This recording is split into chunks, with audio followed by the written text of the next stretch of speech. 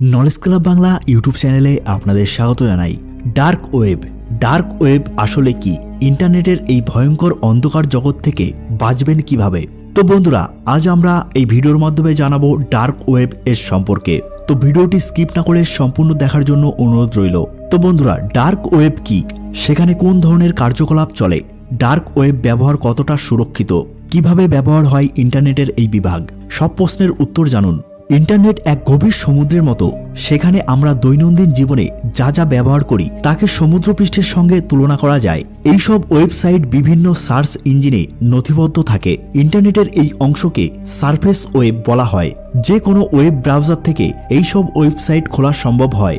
এর নিচেই থাকে ডিপ ওয়েব, যেখানে ওয়েবসাইটগুলি যে কোনো ওয়েব ব্রাউজারের মাধ্যমে ওপেন করা গেলেও সার্চ রেজাল্টে এই ওয়েবসাইটগুলি দেখা যায় না। এর নিচে রয়েছে মহাসাগরের অতল গভীর, যা সাধারণ ইন্টারনেট ব্যবহারকারী কখনো অভিজ্ঞতা করেননি। ইন্টারনেটের এই অংশকে বলা হয় ডার্ক ওয়েব।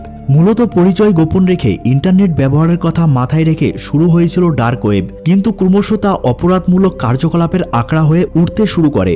এখানে যে কোনো বড়সড় অপরাধমূলক কাজের পিছনে ডার্ক ওয়েব ব্যবহারের যোগ পাওয়া যায়। তবে শুধু অপরাধমূলক কাজ নয়, পরিচয় গোপন রাখতে অনেক সাংবাদিক নিয়মিত ডার্ক ওয়েব ব্যবহার করেন। ডার্ক ওয়েবে মুহূর্তের ভুলে আপনার জীবনে অন্ধকার নেমে আসতে পারে। সঠিক তথ্য না জেনে ডার্ক ওয়েব ব্যবহার না করার পরামর্শ দিয়েছেন বিশেষজ্ঞরা। ডার্ক ওয়েবে বেআইনি হ্যাকার ও অপরাধীদের আনাগোনা সর্বত্র, তাই কৌতূহলের বশতও ইন্টারনেটের এই অংশ ওপেন করা উচিত নয়।